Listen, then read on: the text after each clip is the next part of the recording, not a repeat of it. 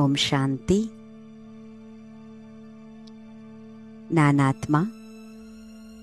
இப்பொழுது சங்கம யுகத்தில் இருக்கின்றேன். எனக்கு பரமாத்மாவே வந்து இந்த இறை ஞானத்தை கற்றுத்தந்து கொண்டிருக்கின்றார்.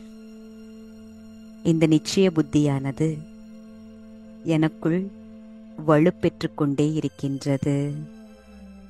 இந்த சக்கரமானது முடிய போகின்றது. இந்த சக்கரத்தின் முதல் இடை கடையினுடைய ஞானத்தை நான் தெளிவாக புரிந்து கொண்டிருக்கின்றேன். இப்பொழுது வீடு திரும்புவதற்கான நேரமாகும்.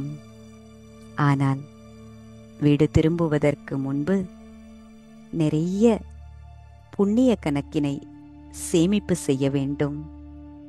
அதனால் இந்த பழைய உலகத்தில் இருந்து கொண்டே மனம் புத்தியினால் இந்த பழைய உலகத்தினுடைய விஷயங்கள், பழைய உலகத்தினுடைய சமஸ்காரங்கள், பழைய உலகத்தின் சங்கல்பங்கள், இந்த தேக உணர்வின் பார்வை அனைத்தையும் நான் முழுமையாக முடித்துவிட வேண்டும். நான் எப்படி பரந்தாம வீட்டிலிருந்து கீழே வந்தேனோ அதே போல மீண்டும் திரும்ப வேண்டும். எந்த கர்ம வினையின் எச்சத்துடனும் நான் திரும்பி செல்ல மாட்டேன். ஆத்ம பேட்டரியானது முழுமையாக சார்ஜ் செய்யப்பட்டு எப்படி ஒரு மணப்பெண்ணானவள் அலங்கரிக்கப்பட்டு ஊர்வலமாக கொண்டு செல்லப்படுகிறாளோ அதுபோல நான் ஆத்மா சர்வ குணங்கள் மற்றும் சக்திகளினால் நிறைந்து அலங்கரிக்கப்பட்டு மிகவும் பெருமையாக, மிகவும் சந்தோஷமாக இப்பொழுது என்னுடைய பரந்தாம வீட்டிற்கு நான் செல்ல வேண்டும். இந்த பழைய உலகின் விநாசமானது புதிய உலகத்தின் ஸ்தாபனைக்கான விதையாகும் என்பதை நான் தெளிவாக புரிந்திருக்கின்றேன்.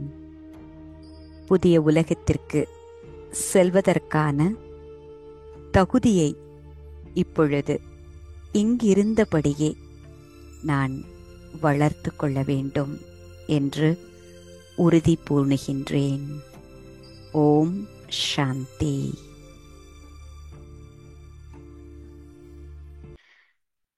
ஓகே, ஆக்சுவலி என்ன அப்படின்னா, ரொம்ப இது பியூட்டிஃபுல்லான ஒரு தருணம்பா.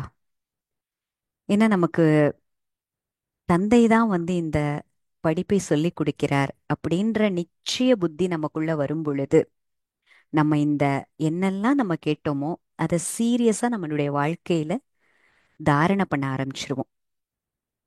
இந்த உணர்வு உங்களுக்குள்ள இருக்குதா? நீங்க எல்லாருமே உங்களையே கேட்டுக்கோங்க.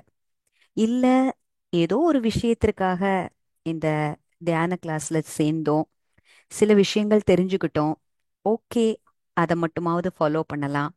10 கேட்டோம், ஒன்னாவது ஃபாலோ பண்ணலாம், அந்த ஒண்ணுலயே நான் நிறைஞ்சிட்டேன் அப்படின்ற மாதிரி இருக்கிறீங்களா? ஸோ இதை நீங்க எல்லாரும் உங்களுக்குள்ளேயே கேட்டுக்கிட்டு, அப்படி நான் ஏதோ ஒண்ணு எனக்கு ஏதோ கிடைச்சா போதும் அப்படின்னா இன்றைய கிளாஸ முழுமையா கவனமா கேளுங்க. ஏன்னா இப்பொழுது இல்லையேல் எப்பொழுதும் இல்லை அப்படின்னா என்ன அர்த்தம்? இந்த சங்கம யுகத்துல நாம எதையெல்லாம் செய்கின்றோமோ அது பல மடங்கு வருமானத்தையும் ஈட்டித்தரும், அல்லது பல மடங்கு நஷ்டத்தையும் கொண்டு வரும். நஷ்டம்னு பயமுறுத்துறதாகவோ இல்ல வந்து ரொம்ப ஃபீல் பேடாகவும் ஆயிடாதீங்க.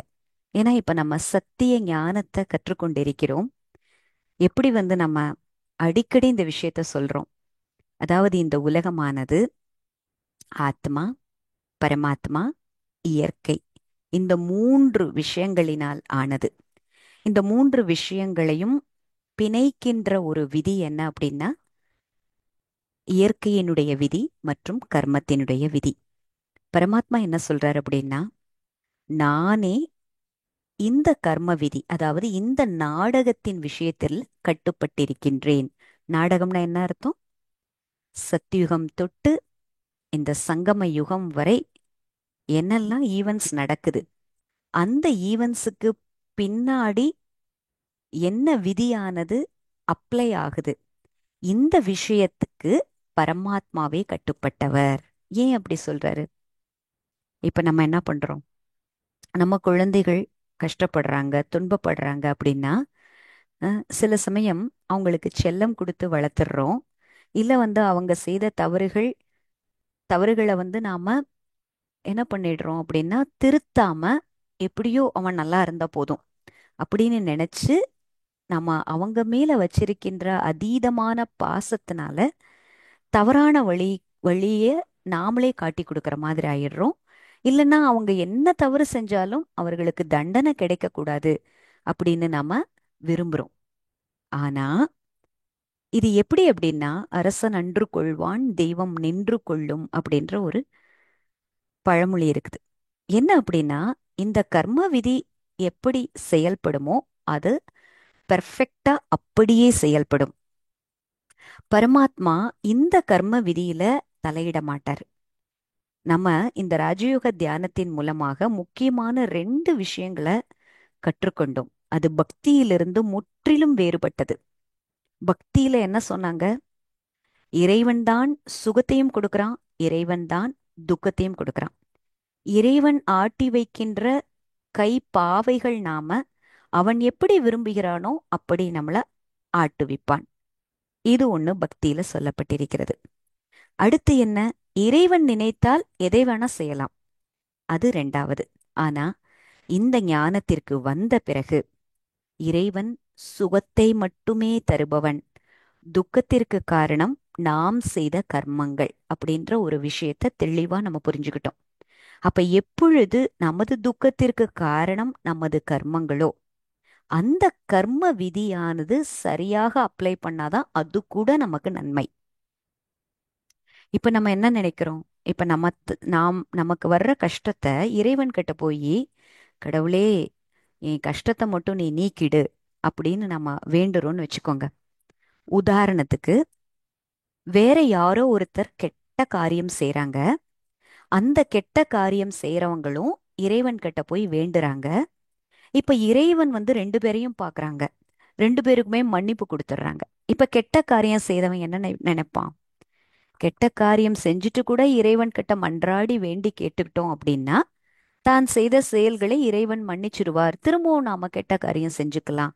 செய்ய மன்னிக்க, செய்ய மன்னிக்க, இப்படி ஒரு சுழற்சி போகும். இப்ப அவர்கள் மூலமாக நமக்கு ஒரு துன்பம் ஏற்பட்டிருக்கு. அப்ப இறைவன் அவர் செய்த அந்த கெட்ட காரியத்தை மன்னிக்கிறாங்க அப்படின்னா நமக்கு எப்படி ஃபீல் ஆகும்? இந்த உலகத்துல அப்ப நல்லதுக்கே காலம் இல்லைன்னு ஃபீல் ஆகுமா, ஆகாதா? அப்ப நமக்கு வருகின்ற துன்பம் கூட நாம தெரிந்தோ தெரியாமலோ நாம் செய்த கர்ம வினையினுடைய எச்சம் அப்படின்னு தெரிந்த பிறகு, அப்ப அந்த கர்ம கணக்க நாம செட்டில் பண்ணணும் அப்படின்ற ஒரு சூழ்நிலை வரும் பொழுது இறைவன் நமக்கு எப்படி இருக்கிறார் அப்படின்னா, ஒரு தாய் போல, ஒரு தந்தை போல இருந்து நமக்கு இந்த விஷயத்த புரிய வைக்கிறாங்க. இப்ப நமக்கு வருகின்ற கர்ம வினையினுடைய எல்லா விளைவுகளையும் நாம பெரும் மனசு கொண்டு ஏத்துக்கிட்டோம். அதே நேரத்துல அந்த பாரத்தை இறைவனிடம் ஒப்படைத்தோம்.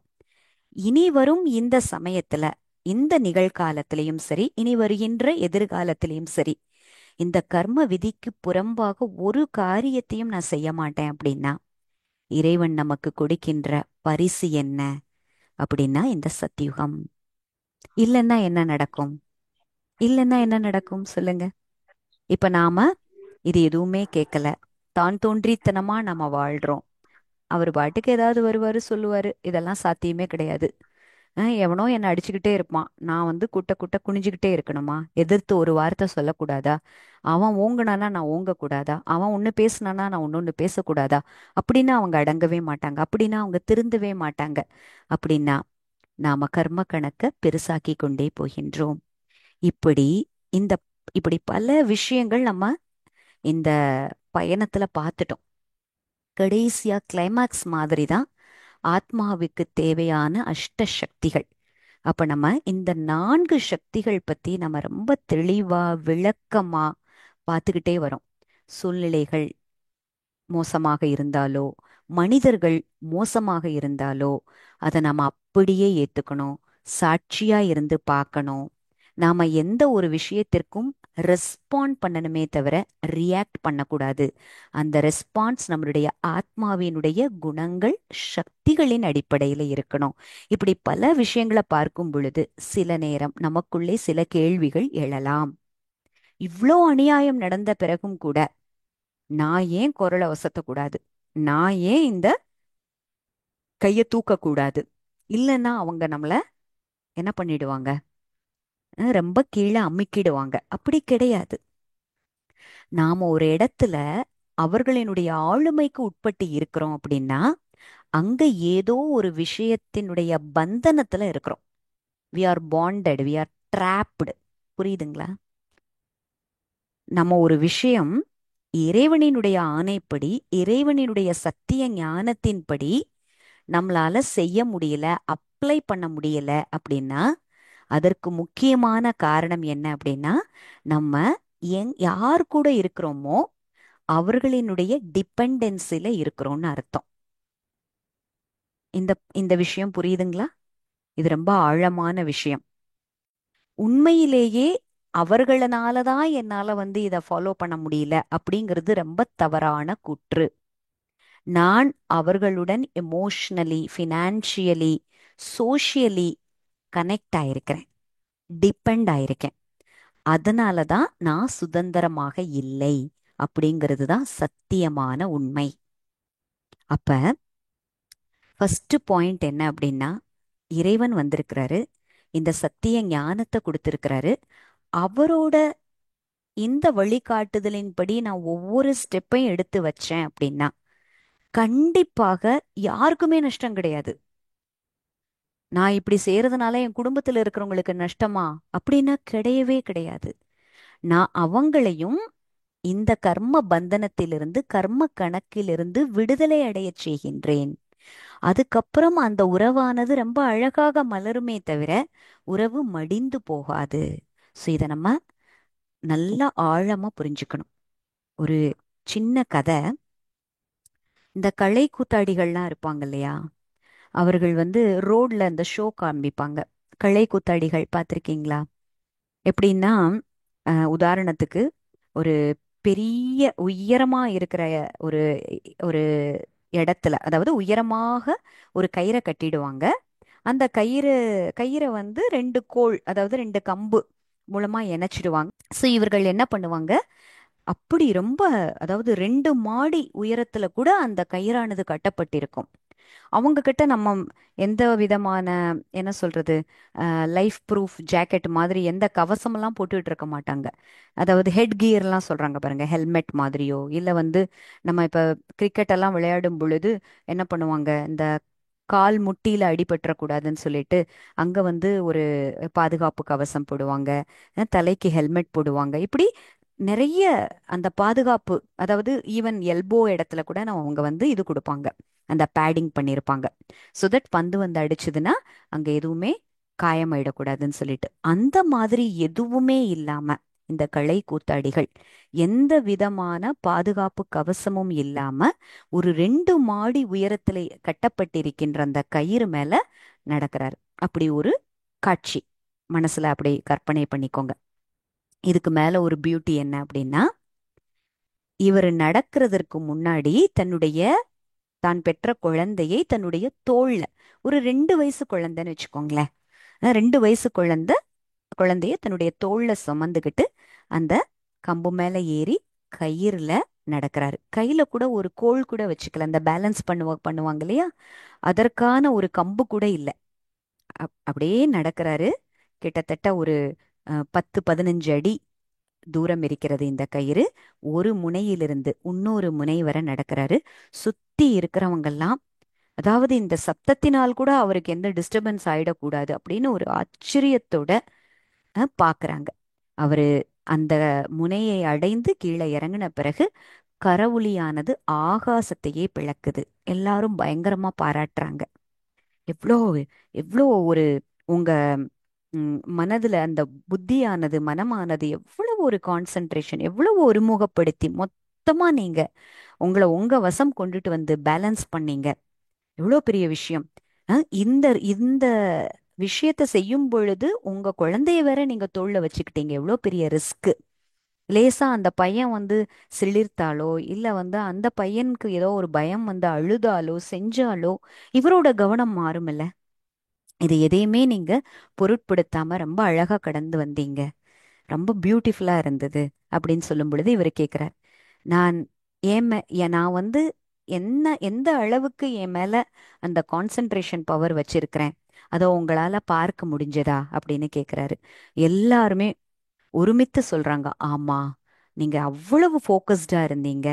எங்களுக்கு நீ எப்படி தோணுச்சுன்னா, நீங்க ஏதோ ஒரு சாதாரண தரையில நடக்கிறது போல ரொம்ப அனாயாசமா நீங்க நடந்தீங்க. உங்களுக்குள்ள ஒரு பதட்டமோ ஒரு பயமோ தெரியவே இல்லை. உங்க மேல பெரிய நம்பிக்கை இருந்தது உங்களுக்கேவும் அப்படின்னு சொல்றார். இப்ப அடுத்த கேள்வி கேட்கிறார்.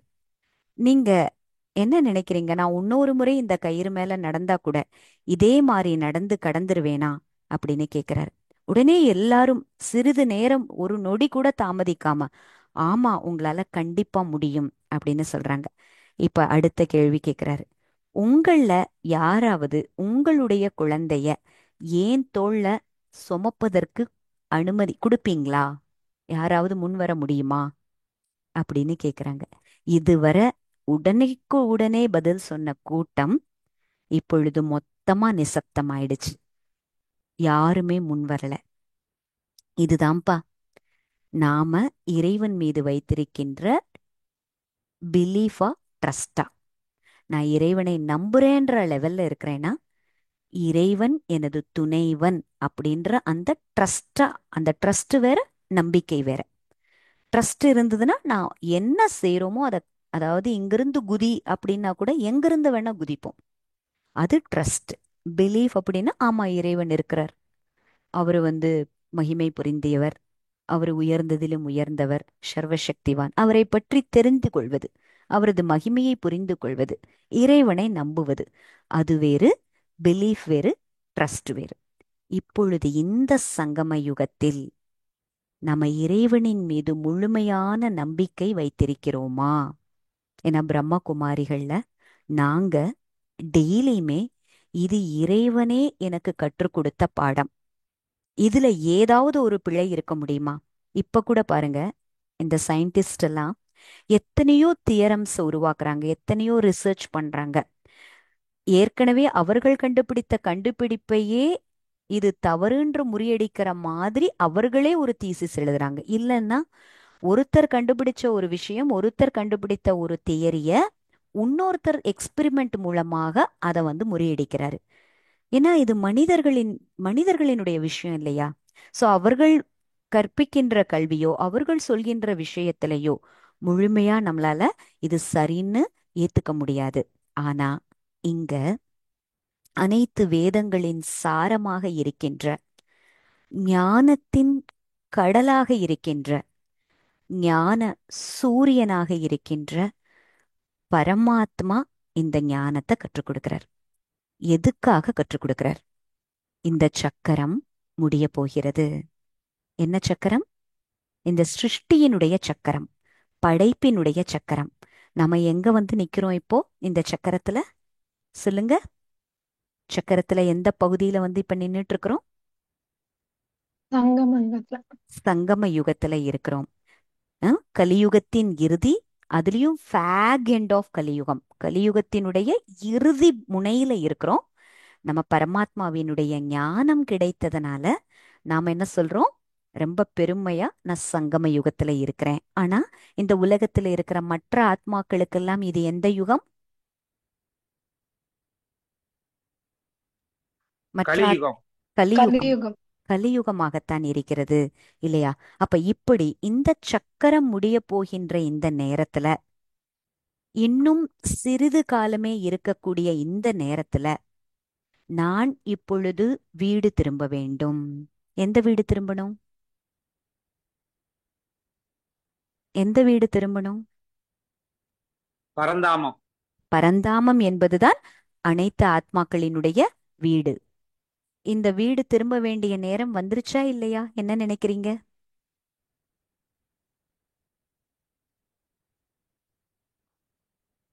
ம். வந்துச்சு சிஸ்டர். வந்துருச்சு. அப்ப வீடு போவதற்கு முன்னாடி நான் புண்ணிய கணக்கு சேமிக்கணுமா, இல்ல சும்மா வெறுங்கையோட போலாமா? இப்ப வீட்டுக்கு போறதற்கு முன்னாடி எப்படி போகணும் நம்ம? தூய்மையாக போகும். புண்ணிய தூய்மையாகி போக வேண்டும். தூய்மையாக புண்ணிய கணக்கு எடுத்துக்கிட்டு தான் மேம். புண்ணிய கணக்க ம். எடுத்துக்கிட்டு போகணும். அப்புறம் ஆ. முழுமையாக அலங்கரிக்கப்பட்ட ஆத்மாவாக போகணும். பாருங்க, ஒரு மணப்பெண்ணை மணமேடையில உட்கார வைக்கிறாங்கன்னு வச்சுக்கோங்க. ஒரு சின்னதா முடி கூட அங்க இங்க அலைஞ்சிடக்கூடாது, லேசா களைஞ்சிடக்கூடாது. ஒரு சாரியில ஒரு ப்ளீட்டு சரியில்லைன்னா கூட சரியா உட்கார வைப்பாங்க இல்லையா? அப்ப இப்பொழுது பரந்தாமத்தில் அனைத்து ஆத்மாக்களின் பதியாக இருக்கின்ற பரமேஸ்வரன், அந்த பரமேஸ்வரனின் மணப்பெண்ணாக ஆகி நாம வீடு திரும்புறோம். பாருங்க, இது ஒரு பியூட்டிஃபுல்லான சீன்பா. இப்ப நம்ம கிருஷ்ணரோட கதையெல்லாம் பார்க்கும் பொழுது எல்லா கோபியரும் கிருஷ்ணருக்கு ஒரு துணைவியா ஆகணும்னு விருப்பப்படுவாங்களாம். பிருந்தாவனத்துல இருக்கிற எல்லாருமே நான் கிருஷ்ணருக்கு மணப்பெண்ணாக ஆகணும் சொல்லுவாங்க. கிருஷ்ணருக்கு 16,108 ஆம், ராணிகள் இருந்தாங்க. கேள்விப்பட்டிருக்கீங்களா? கேள்விப்பட்டிருக்கீங்களா? 16,108 ராணிகள். யாருக்காவது தெரியுமா? ஆமாம் சிஸ்டர். ஆ, உண்மையிலேயே அந்த 16,108 அப்படிங்கிறது கிருஷ்ணருக்கான விஷயம் கிடையாது. கிருஷ்ணர் அப்படி யாரையும் அத்தனை பேரை கல்யாணமும் பண்ணிக்கல. நமக்கு தெரியும் சத்தியுகத்தினுடைய அழகான இளவரசர் கிருஷ்ணர். கிருஷ்ணருக்கு ஒரே ஒரு மனைவி தான். கிருஷ்ணர் வளர்ந்து நாராயணன் ஆறாரு. அவருடைய மனைவி லக்ஷ்மி. ராதை வளர்ந்து லக்ஷ்மி ஆறாங்க. அவங்க ரெண்டு பேர் தான் மனம் பிடிக்கிறாங்க. இது யாருடைய கதை அப்படின்னா, ஆத்மாக்களாகிய நம்மளுடைய கதை. நம் மனம் முழுவதும் இறைவனை நாம நிரப்பி வச்சிருக்கிறோம். இந்த சங்கம யுகத்துல இறைவன் மட்டுமே எனது பாதுகாவலன், இறைவன் மட்டுமே எனது துணைவன், இறைவன் மட்டுமே எனது சர்வ சம்பந்தமாக இருக்கின்றான் அப்படின்னு சொல்லிட்டு இந்த சங்கம யுகத்துல அந்த இறைவனுக்கு நான் துணைவி அப்படின்ற ஒரு சம்பந்தத்துல வர்றோம். அப்படி எந்த ஆத்மா தன்னை முழுமையாக அலங்கரித்துக் கொள்கிறதோ, பாருங்க, இப்ப இறைவன் எப்படி இருக்கிறாரு?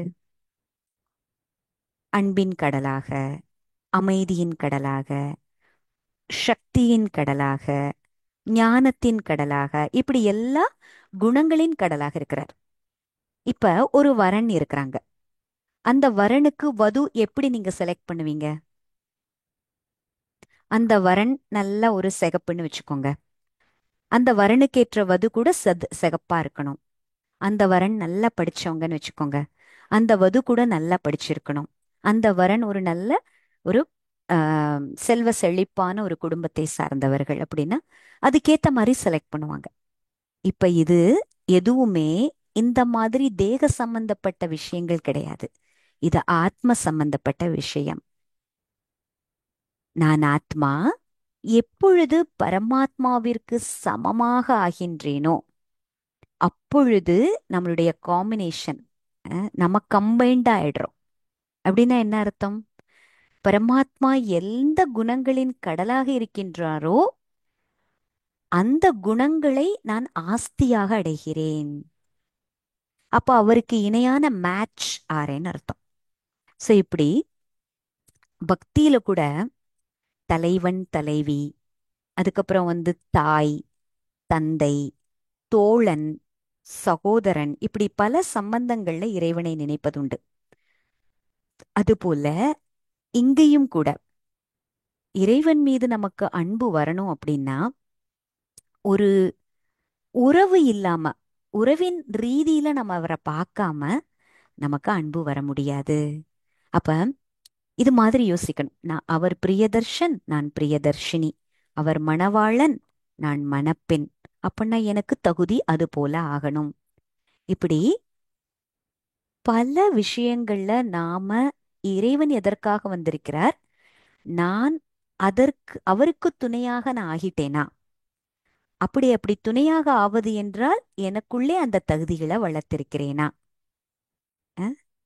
இப்படி நாம இறைவனை நினைவு செய்வது. ஏன்னா இறைவனை வெறும் ஒளிப்புள்ளியாக நினைவு செய்தோம் என்றால் நமக்கு அந்த அன்பு பெருகாது. நமக்கு அந்த கனெக்ஷன் அவ்வளவு பியூட்டிஃபுல்லா இருக்காது, இயல்பா இருக்காது. எப்ப இறைவனை நாம சர்வ சம்பந்தங்கள்ல நினைவு செய்கிறோமோ அப்பொழுது நமக்குள்ளே இறைவனினுடைய என்னெல்லாம் குணங்கள் இருக்கிறதோ, சக்திகள் இருக்கிறதோ, அது நமக்குள்ள நேச்சுரலா தாரணையாகும். தாரணையாவதுன்னு என்ன அர்த்தம்? இன்கல்கேட் ஆகும். ம்? அது நமக்குள்ள நிரம்பும். புரியுதுங்களா இந்த விஷயம்? புரியுது சிஸ்டர். ஓகே. ஏன்னா இது ரொம்ப ரொம்ப முக்கியம்ப்பா. நம்ம ராஜயோக தியான கிளாஸ் பேசிக் கோர்ஸ் முடிச்சிடுவோம். ஆனா நமக்கு தியானம் அப்படின்னா என்னன்னு தெரியணும். இறைவனை எப்படி நினைவு செய்யறதுன்னு தெரியணும். கனெக்ஷன் எப்படி கொண்டுட்டு வர்றதுன்னு தெரியணும். எப்பொழுது நாம அந்த பிரபுவுக்கு பிரியமானவராக ஆயிட்டோம் அப்படின்னா இந்த உலகத்தில் இருக்கிற எல்லா ஆத்மாக்களுக்கும் பிரியமானவராக ஆக முடியுங்கப்பா. யோசிச்சு பாருங்களேன். எப்பொழுது நம்ம இறைவனினுடைய மனதை கொள்ளை கொண்டு விட்டோமோ, எந்த மனித ஆத்மாவினுடைய இதயத்தை நம்மளால கொள்ளை கொள்ள முடியாதா, வெல்ல முடியாதா? சாத்தியமா, சாத்தியம் இல்லையா? சாத்தியம் தான்.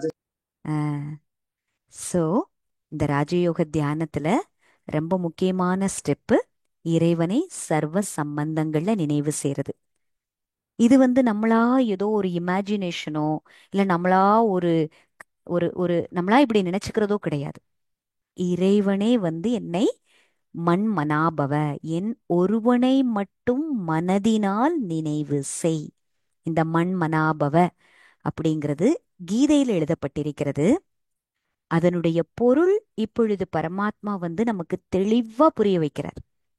எப்பொழுது என்னுடைய எதிர்பார்ப்புகள், என்னுடைய இச்சைகள், என்னுடைய கொடுக்கல் வாங்கல்கள், என்னுடைய சர்வ விஷயத்தையும் இறைவனுடன் நான் ஏற்படுத்திக் கொள்கிறேனோ அப்பொழுது எனக்கு கிடைத்த மற்ற சம்பந்தங்கள், அதாவது இப்ப நான் ஒரு தாயா இருக்கிறேன், ஒரு மனைவியா இருக்கிறேன், ஒரு மகளாக இருக்கிறேன், ஒரு சகோதரியாக இருக்கிறேன், ஒரு தோழியாக இருக்கிறேன். இப்படி எந்த ஒரு ஆத்மா கூடயும் நான் எந்த ஒரு சம்பந்தத்துல வந்தாலும் அந்த ஆத்மாவிற்கு என்ன தேவையோ அதை நான் முழுமையாக பூர்த்தி செய்ய முடியும். பாருங்க எவ்வளவு அழகான விஷயம். யோசிச்சு பாருங்க. இந்த உலகத்துல எல்லாரையும் ப்ளீஸ் பண்றது ரொம்ப கஷ்டம். ஆனா எப்பொழுது பிரபுவுக்கு பிரியமானவராக ஆகிட்டோமோ அப்பொழுது இந்த உலகத்தில் இருக்கிற எல்லா ஆத்மாக்களுக்கும் பிரியமானவராக ஆக முடியும். இப்ப யோசிச்சு பாருங்க. இந்த சக்திகள் பத்தி எல்லாம் பேசுறோமே, இதெல்லாம் ரொம்ப கஷ்டப்படுற விஷயமா, இல்ல இறைவனை நான் சர்வ சம்பந்தங்கள்ல நினைவு செய்து ஒவ்வொரு ஞானத்தினுடைய பாயிண்டையும் புரிஞ்சுக்கிட்டு அந்த சூழ்நிலையில இந்த ஆத்மாவுக்கு மேல கருணை கொள்வதா, இந்த ஆத்மாவிற்கு சக்தி கொடுப்பதா, இந்த சூழ்நிலையை சமாளிப்பதற்கான சக்தி என்கிட்ட இருக்குது, அதை நான் எதிர்கொள்வேன்னு நினைக்கிறதா, அப்படின்னு எந்த ஒரு விஷயமாக இருந்தாலும் நம்மளால லேசா கொண்டுட்டு போக முடியும். இதற்கான அடிப்படையே இறைவன் மீது நாம் வைத்திருக்கின்ற அன்பு, சரியான அன்பு. பாருங்க, பக்தியில யாசகம் செஞ்சுட்டு இருந்தோம். இங்க நமக்கு நல்லா தெரியுது, நான் செய்த தவறினுடைய வினைதான் எனக்கு இப்ப இந்த சூழ்நிலையா நிக்குது. அப்ப இந்த சூழ்நிலைய நான் மாத்தணும். அதற்கு இறைவன் துணையா இருக்கிறார். இறைவன் என்ன இப்ப முழுமையா ஏற்றுக்கொண்டார். நான் இந்த 84 பிறவி நடிப்பு நடிச்சு இப்ப இந்த நிலையில இருக்கிறேன். நான் இப்ப எப்படி இருக்கிறேனோ, யாராக இருக்கிறேனோ, எந்த மாதிரி மனதினுடைய அந்த ஆத்மாவினுடைய சக்தியோட இருக்கிறேனோ, எவ்வளோ குறைஞ்சிருந்தாலும் எப்படி இருந்தாலும் இறைவன் என்னை ஏற்றுக்கொண்டார். அப்ப நான் இதுவரை பண்ண விஷயத்திற்கான குற்ற உணர்ச்சியே தேவையில்லை. இனி நடக்க போற விஷயம் என்ன? இனி தீர்வுகளை நோக்கி மட்டுமே நான் பயணம் செய்ய வேண்டும். அந்த முனைப்பு எனக்கு வருமா வராதா? ம் இப்ப பாருங்க, நெருப்பு எரிஞ்சுட்டு இருக்கு. நீங்க உடனே என்ன பண்ணுவீங்க? மண் இருந்தா மண்ணை தூக்கி கொட்டுவோம், தண்ணி இருந்தா தண்ணியை தூக்கி கொட்டுவோம், நெருப்பை அணைப்போம். ஏன்? இப்ப போய் புலன் விசாரணை பண்ணிட்டு இருக்க முடியுமா? நான் சொன்னேன், இது பக்கத்துல விளக்க வைக்காத. யாரு வச்சது? ம் எவ்வளோ வாட்டி சொல்லியிருக்கிறேன் பாரு, எவ்வளோ எரிஞ்சுகிட்டு இருக்கு. இப்படி பேசிட்டு இருப்போமா? அந்த நெருப்பை அணைப்போமா? அது மாதிரி உங்க மனசுக்குள்ள இருக்கணும். இந்த சங்கம யுகம் ரொம்ப குறுகிய யுகம். இந்த குறுகிய யுகத்தை நான் எந்த ஒரு விஷயத்தினாலையும் வீணாக்க மாட்டேன். பிரச்சனை வருதா, தீர்வை நோக்கி மட்டுமே பயணம். பிரச்சனைன்ற மலையை நான் உடைச்சுக்கிட்டு அந்த நேரத்துல என்னுடைய வருமானத்தை நான் இழக்க மாட்டேன். சீர்குலைந்ததை சரி செய்வதற்காகத்தான் இறைவன் இந்த ஞானத்தை எனக்கு கொடுத்திருக்கிறார். அப்படி சீர்குலைந்த விஷயத்தை சரி செய்யறதற்கான சக்தி என்கிட்ட இருக்கு. என இறைவன் என்னுடைய துணைவன். அப்படி நான் சரி செய்யறத தகுதி பெற்றதுனாலதான் எனக்கு சத்தியுகம் பிராப்தியாக கிடைக்கிறது. அப்ப என்னுடைய லட்சியம் எப்படி இருக்கணும்? என்னை எந்த ஸ்திதியில வச்சுக்கணும்? இந்த உலகத்துல இருக்கிற எல்லாருக்குமே நான் நன்மை செய்யணும். பாருங்க, சில மால்ஸ் எல்லாம் இருக்குல்ல, பாருங்களேன், ஹைப்பர் மார்க்கெட் எல்லாம் பார்த்துருப்பீங்க. இந்த ஹைப்பர் மார்க்கெட்ல இந்த மாதிரி இப்ப நியூ இயர் ஆஃபர்லாம் கூட இப்படி போடுவாங்க. என்ன அப்படின்னா, யாரு குழுக்கல்ல அவங்க யாரோட பேர் வந்திருக்கோ அவர்களுக்கு 5 minutes ட்ராலி ஃபில்லிங்னு சொல்லுவாங்க. ஹைப்பர் மார்க்கெட்ஸ்ல எல்லாம் பாத்தீங்கன்னா ட்ராலி இருக்கும்ல, அந்த ட்ராலில நம்ம என்ன பொருள் வேணுமோ அந்தந்த ரேக்குக்கு போயிட்டு ஃபில் பண்ணிட்டு பில்லிங்ல அதை நம்ம கொடுத்து நம்ம வாங்கிக்கலாம் இல்லையா? அந்த ட்ராலி உங்க எல்லாருக்குமே தெரியும்னு நினைக்கிறேன். ஸோ அந்த ட்ராலில 5 minute ஆஃபர்னு சொல்லுவாங்க. அப்படின்னா யாருக்கு குழுக்கல்ல விழுந்திருக்கோ 5 நிமிஷம் அவங்களுக்கு கொடுக்கப்படும். அந்த 5 நிமிஷத்துக்குள்ள அந்த ட்ராலி நிறையிற அளவுக்கு என்ன வேணா போட்டுக்கலாம். எப்படி ஓடுவாங்க யோசிச்சு பாருங்க. இந்த 5 நிமிஷத்துக்குள்ள என்னெல்லாம் சேர்த்து வைப்பாங்க? ம் சரி, ஒரு 5 கிலோ மூட்டை, ஒரு 20 கிலோ அரிசி மூட்டைய போடுவாங்களா? எதெல்லாம் சேர்ப்பாங்க? எது விலை உயர்ந்ததாக இருக்கிறது? அஹ்? எது விலை உயர்ந்ததாக இருக்கிறது? அதை மட்டும்தான் யோசிச்சு, அது ரொம்ப பல்கியாவும் இருக்கக்கூடாது, விலை உயர்ந்ததாகவும் இருக்கணும், சின்னதாகவும் இருக்கணும். so that அந்த ட்ராலில மேல மேல போடவும் முடியணும். இவ்ளோ யோசிச்சு ஒவ்வொரு பொருளையும் தேர்ந்தெடுப்பாங்கல்ல. என்ன நினைக்கிறீங்க? புரியுதா இந்த விஷயம் நான் என்ன சொல்றேன்னு? புரியுது சிஸ்டர். ஓகே. சோ அது போலதான் இந்த சங்கம யுகத்தினுடைய நேரம். இப்ப நாம ஒவ்வொரு நொடியும் ஆத்மால வருமானம் சேர்க்கின்ற ஒரு அற்புதமான ஒரு தருணத்துல இருக்கிறோம்.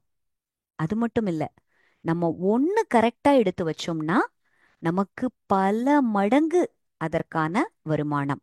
இப்ப பாருங்க, நமக்கு இந்த பேங்க்ல எல்லாம் பாத்தீங்கன்னா இன்ட்ரெஸ்ட் ரேட் ரொம்ப கம்மியா தான் இருக்கும். ஆனா சில ஃபினான்ஸ்ல எல்லாம் பாத்தீங்கன்னா இன்ட்ரெஸ்ட் ரேட் ரொம்ப ஜாஸ்தியா இருக்கும். இப்ப பேங்க் உதாரணத்துக்கு ஒரு அரை வட்டி தருதுன்னு வச்சுக்கோங்க. இதே அவங்க 3 வட்டி 4 வட்டின்னு எல்லாம் கூட கொடுப்பாங்க சில ஃபினான்ஸ் கம்பெனிகள். இப்ப பரமாத்மா எப்படி வந்திருக்காரு அப்படின்னா, கள்ளம் கபடம் இல்லாத ஒரு ஃபினான்ஷியரா வந்திருக்கிறார். குசேலனினுடைய கதை உங்க எல்லாருக்குமே தெரியும். என்ன பண்ணாரு குசேலன்? ஒரே ஒரு பிடி அவல் கொடுத்து பெரிய மாளிகையை வாங்கிக்கிட்டார். அப்படி ஞாபகம் வச்சுக்கோங்க.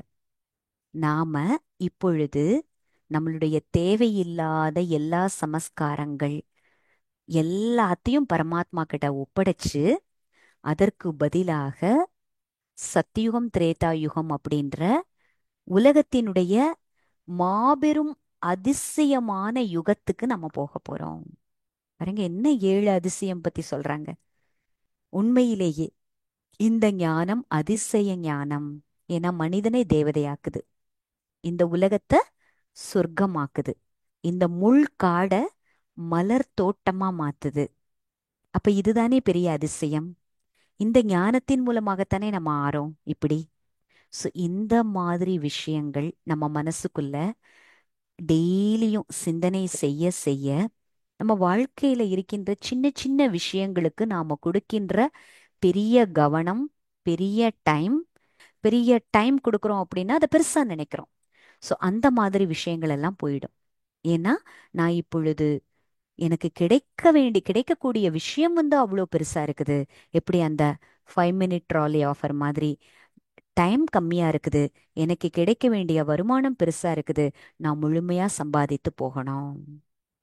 இந்த ஒரு ஃபீலிங்கையும் மனசுல, இந்த ஒரு எண்ணத்தையும் நம்ம மனசுல கொண்டுட்டு வந்துகிட்டே இருந்தோம் அப்படின்னாலும் இந்த பரமாத்மாவினுடைய நினைவு, அப்புறம் சர்வ சக்திகள் நமக்குள்ள தாரணையாவது அப்படிங்கிறது எளிமையா ஆயிடும். பாருங்க, கீதையில கூட சொல்லப்பட்டிருக்கிறது, எது நடந்ததோ அது நன்றாகவே நடந்தது. எது நடக்கிறதோ அது நன்றாகவே நடக்கிறது, இது நடக்க இருக்கிறதோ அதுவும் நன்றாகவே நடக்கும். உண்மையிலேயே பரமாத்மாவினுடைய ஞானம் கேட்கின்ற நமக்கு நம்ம பிறந்த போது ஒரு ஜாதகம் இருக்கும். ஆனா உண்மையிலேயே இந்த பிறப்பு எடுத்த பிறகு, இந்த ஆன்மீக பிறப்பு எடுத்த பிறகு நம்மளுடைய ஜாதகமானது முழுமையாக மாற்றி எழுதப்பட்டு விட்டது. ஏன்? பரமாத்மா சத்குருவாக வந்திருக்கிறார். எப்பொழுது அவருடைய வழிகாட்டுதலின்படி நான் நடக்கிறேனோ அப்பொழுது எனக்கு குரு திசை. கரெக்டா? ஜாதகத்துல குரு திசை இருந்தா நல்லதுன்னு சொல்லுவாங்க. இப்போ உங்களுக்கு குரு திசை நடக்குது, தொட்டதெல்லாம் துலங்கும். பிசினஸ் பண்ணணுமா பண்ணுங்க, இது பண்ணணுமா அது பண்ணுங்க, நல்ல காரியம் செய்யுங்க அப்படின்லாம் சொல்லுவாங்க. ஆனா நமக்கு சங்கம யுகம் முழுவதுமே குரு திசை. ஆனா அந்த குருவின் வழிகாட்டுதலின்படி நடக்கணும். இந்த டிராமா, இன்னொரு முக்கியமான விஷயம் டிராமாவை பற்றி, டிராமா நன்மை செய்வது, டிராமானாலே நன்மை செய்வதுதான், டிராமானாலே அது நியாயமானதுதான். எனக்கு ஏன் இப்படி நடந்துச்சு அப்படின்ற கேள்வியே எழக்கூடாது. எப்ப எழுந்தாலும் இந்த ரெண்டு விஷயத்தினால இந்த மனதிற்கு பதில் சொல்லணும். ஒண்ணு, டிராமால எது நடந்தாலும் அது சரி. ரெண்டாவது, டிராமா நமக்கு நன்மை தருவதற்காகத்தான் இப்படி சீன்கள் அமைந்திருக்கிறது. இந்த ரெண்டு விஷயத்தையும் நம்ம நல்லா புரிஞ்சுக்கிட்டோம் அப்படின்னா நாம துவண்டு போக மாட்டோம். ஏன் எனக்கு மட்டும் இந்த எண்ணமே எழாது. என எல்லாமே முதவே சொல்லிட்டோம், இந்த சிருஷ்டியே கர்ம விதியினுடைய ஆதாரத்துல தான் உருவாகி இருக்கிறது. இந்த நாடகம் எப்படி பிணைக்கப்பட்டிருக்கிறது, நாடகத்துல இந்த சீனெல்லாம் ஏன் இப்படி வருது அப்படின்னா அது கர்ம விதியின் அனுசாரம் அது நடக்குது. வினை விதைத்தவன் வினையறுப்பான், திணை விதைத்தவன் திணையறுப்பான். அப்ப நான் எந்த இடத்துல நான் சிக்கிக்கிட்டு இருக்கிறேன், எந்த நிர்பந்தத்துல நான் எப்படி நடந்துகிட்டு இருக்கிறேன், எதெல்லாம் என்னால மாத்திக்கணும் ஆனா மாத்திக்கிறதுக்கு தைரியம் இல்லை. இப்படி யோசித்து இப்ப பரமாத்மா கிடைத்திருக்கிறார், பரமாத்மாவின் துணை கொண்டு நான் செய்கின்ற ஒவ்வொரு கர்மத்தையும் சரியாக செய்வேன். இந்த சக்தி எனக்கு இருக்குது. அது தயாராகும் சக்தி. எது நடந்ததோ நன்றாகவே நடந்தது, டிராமா கல்யாணக்காரி, டிராமா நியாயக்காரி அப்படின்னு பாஸ்ட் ஹர்ட்ஸ், பாஸ்ட்ல நடந்த விஷயங்கள் எல்லாத்தையும் மூட்டை கட்டி போட்டுற முடியும். கரெக்டா? ரெண்டாவது சக்தி தயாராகும் சக்தி சொன்னாங்க சிஸ்டர். தயாராகும் சக்தி நமக்கு வருமா? இதுவரை என்ன நடந்ததோ எல்லாத்துலயும் ஒரு நியாயம் இருக்குது, ஏன் எனக்கு மட்டும், ஏன் எனக்கு மட்டும், இந்த கேள்வியே எழாது. கரெக்டா? அப்ப அந்த சக்தி நமக்குள்ள வரணும்னா அதற்கு முக்கியமான பாயிண்ட் என்ன? டிராமா கல்யாணக்காரி நியாயக்காரி. பாருங்க, நமக்கு எல்லாருக்குமே தெரியும், நம்ம இந்திய ஜனாதிபதி திரௌபதி முர்மு, அவங்களுடைய பர்சனல் லைஃப் பத்தி யார் யாருக்கு தெரியும்? யாருக்காவது கேள்விப்பட்டிருக்கீங்களா திரௌபதி முர்மு அவர்களினுடைய பர்சனல் லைஃப்? 2009 2014 வரை கிட்டத்தட்ட 5 உயிரிழப்புகள். ஒரே குடும்பத்தை சேர்ந்த 5 பேர். தன்னுடைய மகன் 25 வயது இருக்கும் பொழுது 2009 ஒரு ரொம்ப ஒரு அது இந்த என்ன சூழ்நிலைன்னு சொல்ல முடியல, அப்படிப்பட்ட ஒரு இதுல அவங்க இழந்தாங்க. அடுத்து இன்னொரு மகனையும் ஒரு ரோடு ஆக்சிடென்ட்ல இழந்தாங்க. அதுக்கப்புறம் தன்னுடைய தாய் மற்றும் சகோதரனை இழந்தாங்க. இந்த துக்கத்தினால பாதிக்கப்பட்ட திரௌபதி முர்மு அவர்களினுடைய கணவர் அவரும் இறந்தார். இது எல்லாமே நடந்தது விதின் 4 இயர்ஸ். யோசிச்சு பாருங்க, 4 வருடத்தில் 5 மரணம். நேத்து சிஸ்டர் சொன்னாங்க ஏற்றுக்கொள்ளும் சக்தி. திரௌபதி முர்மு கடைசியா தஞ்சம் அடைந்தது பிரம்மா குமாரிகளை. ராய்ரங்பூர் அப்படின்ற ஒரு சென்டர்ல ஒடிசால அங்க பிரம்ம குமாரிகளினுடைய ஞானத்தை கேட்டு அவர்கள் முழுமையாக தன்னுடைய டிப்ரெஷன்ல இருந்து வெளியே வந்தாங்க. இப்பொழுதும் கூட இப்ப பிரம்மா குமாரியாக அவர்கள் தன்னுடைய செயல்களை, அரும்பெரும் செயல்களை ஆன்மீக ரீதியிலையும் ஆற்றிக் கொண்டிருக்கிறார்கள். அவர்களுடைய வாழ்க்கையே ஒரு பெரிய முன்னுதாரணம் நமக்கு இப்ப தெரிஞ்ச இந்த விஷயத்துல. ஓகேங்களா? நம்ம எல்லாருமே இப்ப என்ன வயசாக இருந்தாலும் சரி, 5 வயசு இருந்தாலும் சரி, 10 வயது இருந்தாலும் சரி, 25 வயசு இருந்தாலும் சரி, 40 வயசு இருந்தாலும் சரி, 60, 65 வயசு இருந்தாலும் எல்லாருமே ஸ்டேஜ் ஆஃப் ரிட்டையர்மெண்ட்ல இருக்கிறோம். ஏன் அப்படி சொல்றேன்? வானப்பிரஸ்த அவஸ்தான்னு சொல்லுவாங்க. வானப்பிரஸ்தம் அப்படின்னா அந்த காலத்துல என்ன பண்ணுவாங்க, ஒரு 60 வயது ஆன பிறகு தன்னுடைய குடும்ப பொறுப்புகள், தொழில் பொறுப்புகள், சமுதாய பொறுப்புகள் அப்படின்னு சொல்லிட்டு எல்லாத்தையும் தன்னுடைய மகனுக்கு வழங்கிவிட்டு இவர்கள் கணவன் மனைவி 2 பேருமே 60 வயசுல இறைவனினுடைய தேடல்ல தன்னுடைய ஆட்படுத்திக் கொள்வாங்க. நிறைய தீர்த்த யாத்திரைகள் போவாங்க. சில பேர் சில தீர்த்த ஸ்தலங்களையே தங்கி இறைவனினுடைய துதி பாடுவாங்க, பக்தி செய்வாங்க. தன்னுடைய கடைசி காலங்கள்ல அந்த தீர்த்த ஸ்தலங்களையே கழியணும்னு நினைப்பாங்க. இன்னும் பாத்தீங்கன்னா காசி கல்வெட் அப்படின்ற இடம் இருக்குது காசியில. இன்னும் சில பேர் என்ன பண்ணுவாங்க, தன்னை மொத்தமா தேகார்ப்பணம் பண்ணிடுவாங்க, தேகாந்த் பண்ணிடுவாங்க. அப்படின்னு என்ன அர்த்தம்? அது ஒரு கிணறு, அந்த கிணறுல போய் அப்படியே குதிச்சு அவர்கள் தன்னை இறைவனுக்கு அர்ப்பணம் செஞ்சுக்குவாங்க. சோ இப்படி என்னவெல்லாம் பக்தி செஞ்சுட்டு வந்தாங்க. ஆனால் இப்பொழுது இந்த ஞானத்துல நாம எல்லாருமே ஸ்டேஜ் ஆஃப் ரிட்டையர்மெண்ட் இருக்கிறோம். இது வெறும் 60 வயசு ஆனவங்களுக்கு மட்டுமே கிடையாது. ஏன்னா நம்ம எல்லாரும் வீடு திரும்ப வேண்டும். அப்ப எல்லாருமே ஸ்டேஜ் ஆஃப் ரிட்டையர்மெண்ட்ல தான் இருக்கிறோம். ஸோ இப்படிப்பட்ட ஒரு ஸ்டேட் ஆஃப் மைண்ட் நமக்கு வரணும். ஸோ இதுவரை ஏதாவது டவுட்ஸ் இருந்தாலோ சந்தேகங்கள் இருந்தாலோ கேட்கலாம். ஸோ ஏன்னா இப்போ நம்ம அடுத்த 4 சக்திகளை பற்றி அடுத்து வரும் கிளாஸ்களில் பார்க்க போகிறோம். இந்த 8 சக்திகளும் ஆத்மாவிற்கு மிகவும் முக்கியமான தேவையான சக்திகள். ஒவ்வொரு சூழ்நிலையிலையும் ஒரே ஒரே நேரத்துல 1-2 சக்திகள் இணைந்தே பயன்படுத்தணும். அதே மாதிரி எந்த சக்தியை எப்ப யூஸ் பண்ணணுமோ அப்ப யூஸ் பண்ணாதான் அதுல நம்ம வெற்றியும் அடைய முடியும். அதனால சக்திகளை பற்றிய புரிதலும், இந்த சக்திகள் நம்முடைய வாழ்க்கையில எவ்வளவு முக்கியமானதுன்ற புரிதலும், இதன் மூலமாக நாம எவ்வளவு பெரிய பலனை அடைய முடியலாம் அப்படின்ற புரிதலும் இருந்தால்தான் இந்த ராஜயோகா கிளாஸ்ல நம்ம இவ்வளோ நாள் படிச்சதற்கு நம்ம ஏதோ ஒரு நல்லது கரெக்டா பண்ணியிருக்கிறோம், we have done our right part அப்படின்ற மாதிரி அனுபவமாகும். சரிங்களா? இதுவரை ஏதாவது டவுட் இருக்குதுங்களா? ஓகே. அப்ப நம்ம ஒரு 2 நிமிடம்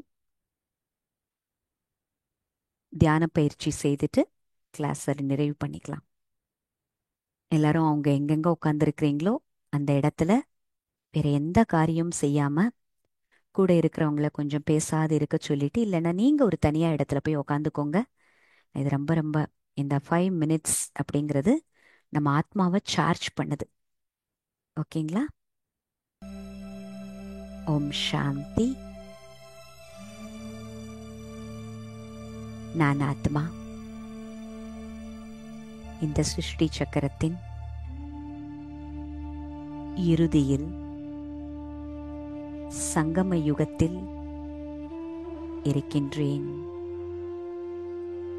ஈஸ்வரனினால் உருவாக்கப்பட்ட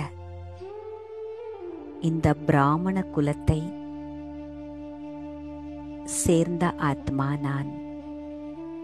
பிராமணன் என்றால் எண்ணம், சொல், செயல், திருஷ்டி, உணர்வு அனைத்திலும் உயர்ந்ததிலும் உயர்ந்த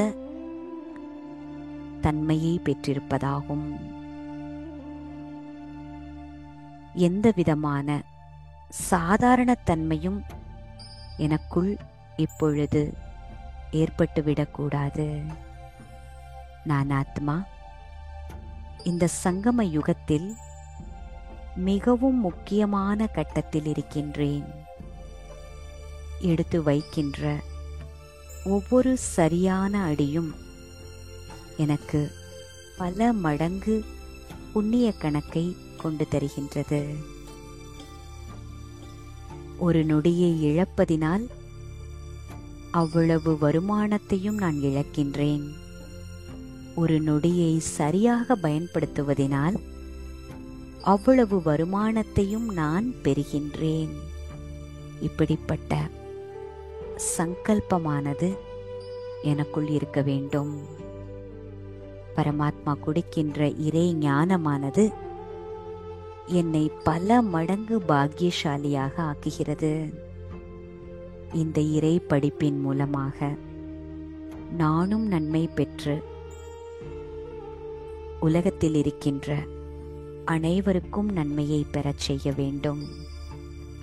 எப்பொழுது இறைவனின் உள்ளத்தில் நான் இடம் பெறுகிறேனோ அப்பொழுது இந்த உலகத்தில் இருக்கின்ற அனைத்து ஆத்மாவிற்கும் பிரியமானவராக ஆகிவிடுகின்றேன். எப்பொழுது சர்வம் சிவார்ப்பணம் செய்கின்றேனோ அப்பொழுது தேகத்தின் மூலமாக இருக்கின்ற அனைத்து சம்பந்தங்களிலும் ஒவ்வொரு ஆத்மாவிற்கும் தேவையான விஷயத்தை என்னால் தர முடியும். ஆன்மீக ரீதியில் அவர்களுக்கு தேவையான சுகத்தை, சாந்தியை, அன்பை, சக்தியை என்னால் தர முடியும். இதன் மூலமாக பிரபு பிரிய, லோக் பிரிய ஆகிவிடுகின்றேன்.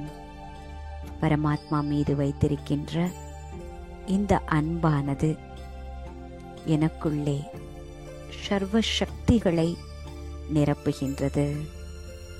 எந்த சூழ்நிலையும் எந்த மனிதர்களும் எனக்கு எதிரியோ தடையோ இல்லை என்பது எனக்கு மிக நன்றாக அனுபவமாகின்றது. சீர்குலைந்ததை சீர் செய்வதற்கான தகுதியும் சக்தியும் தைரியமும் என்னிடம் இருக்கின்றது என்று நான் முழுமையாக நம்புகின்றேன்.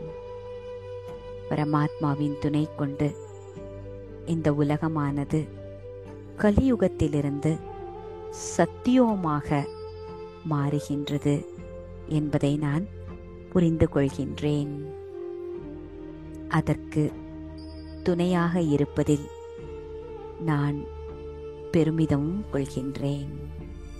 ஓம் சாந்தி, ஓம் சாந்தி, ஓம் சாந்தி.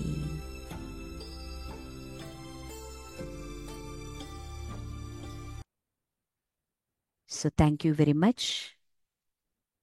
நமக்கு இந்த ஒரு நாள் மட்டும் நியூ இயர் கிடையாது. இந்த சங்கம யுகமே புதுமைக்கான ஒரு யுகமாகும். நம்முடைய வாழ்நாள் முழுவதும் நம்முடைய எண்ணமாகட்டும், நம்முடைய சொல்லாகட்டும், நம்மளுடைய கண்ணோட்டமாகட்டும், நம்மளுடைய உணர்வாகட்டும் ரொம்பவுமே உயர்ந்ததிலும் உயர்ந்ததாக இருக்கணும். ஸோ இதற்கான ஒரு உறுதி பூணுவதே உண்மையிலேயே இந்த புது வருடத்தை கொண்டாடுவது. Happy new year to everyone. Thank you. Good night. ஓம் சாந்தி. Good night ma'am. ஓம் சாந்தி.